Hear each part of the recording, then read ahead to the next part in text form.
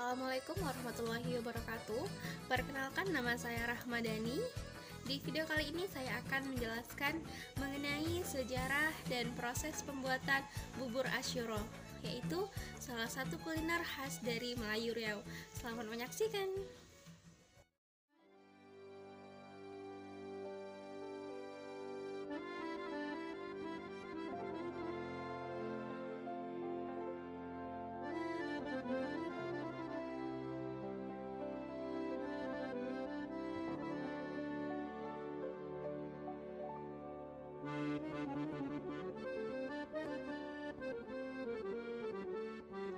Dikisahkan, usai perang Badar, jumlah prajurit Islam semakin banyak. Saat itu ada seorang sahabat Nabi yang sedang memasak bubur. Namun sahabat tersebut tak mengira ternyata porsi bubur yang ia masak tak sebanding dengan jumlah prajurit yang harus diberi makan. Rasulullah pun akhirnya memerintahkan para sahabat untuk mengumpulkan bahan makanan apa saja agar dicampurkan ke bubur yang telah dimasak dengan tujuan supaya porsi semakin banyak dan cukup untuk makan para prajurit. Peristiwa ini pun menjadi tradisi yang terus-menerus dilakukan oleh umat Islam dalam rangka menyemarakkan keistimewaan bulan Muharram.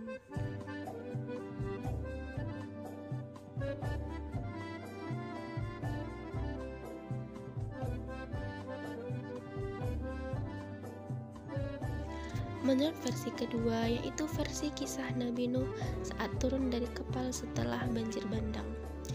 Dikisahkan, Nabi Nuh beserta kaumnya ditimpa azab oleh Allah Subhanahu wa Ta'ala, yaitu berupa banjir bandang yang sangat besar. Kapal Nabi Nuh terombang-ambing selama 150 hari lamanya dan akhirnya berhenti di sekitaran Gunung Judi. Saat pertama kali menapaki daratan, Nabi Nuh memerintahkan kepada kaumnya untuk mengumpulkan semua sisa pembekalan selama berlayar. Kemudian memerintahkan agar semua sisa pembekalan itu dicampurkan dan diaduk menjadi adonan bubur. Bubur itulah yang kemudian disebarkan kepada semua orang yang selamat dari bencana banjir bandang kala itu. Dan peristiwa ini diyakini terjadi pada saat bulan Muharram.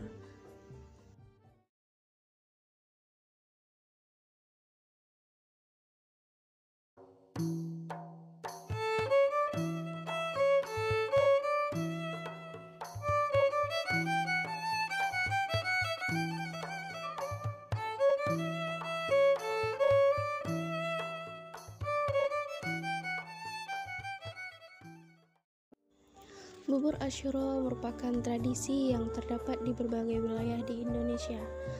Salah satunya di wilayah Riau dan Kepulauan Riau. Bubur ini memiliki ciri khasnya masing-masing. Ada yang manis karena menggunakan umbi-umbian, dan ada juga yang asin atau gurih karena menggunakan rempah-rempah dan juga menggunakan daging. Salah satu wilayah di Riau yang melakukan tradisi ini adalah Pulau Penyengat.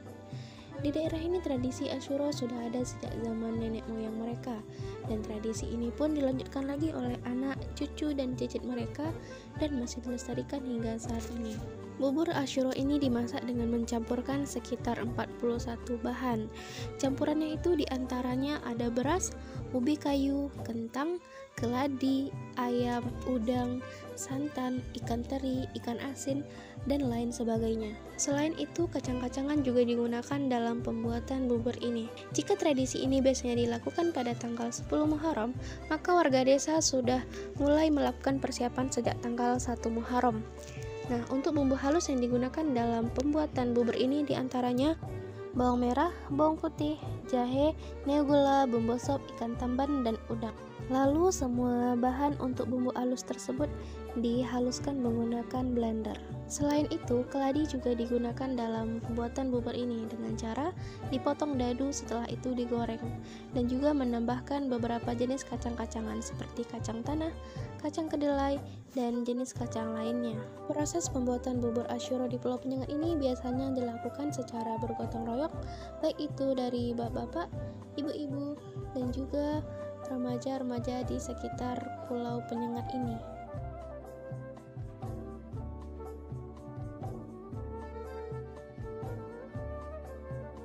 Setelah bubur tersebut selesai dimasak, biasanya akan diberikan minyak tumisan bawang dan disiram di atas bubur tersebut.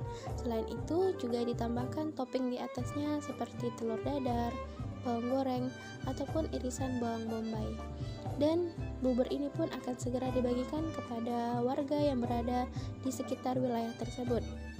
Jika bubur sudah selesai dimasak, biasanya akan diberitahukan di masjid setempat agar warga bisa segera mengambil bubur tersebut. Tempat pembagiannya ini biasanya di sekitaran halaman masjid ataupun di rumah warga yang menjadi tempat pembuatan bubur Asyura ini.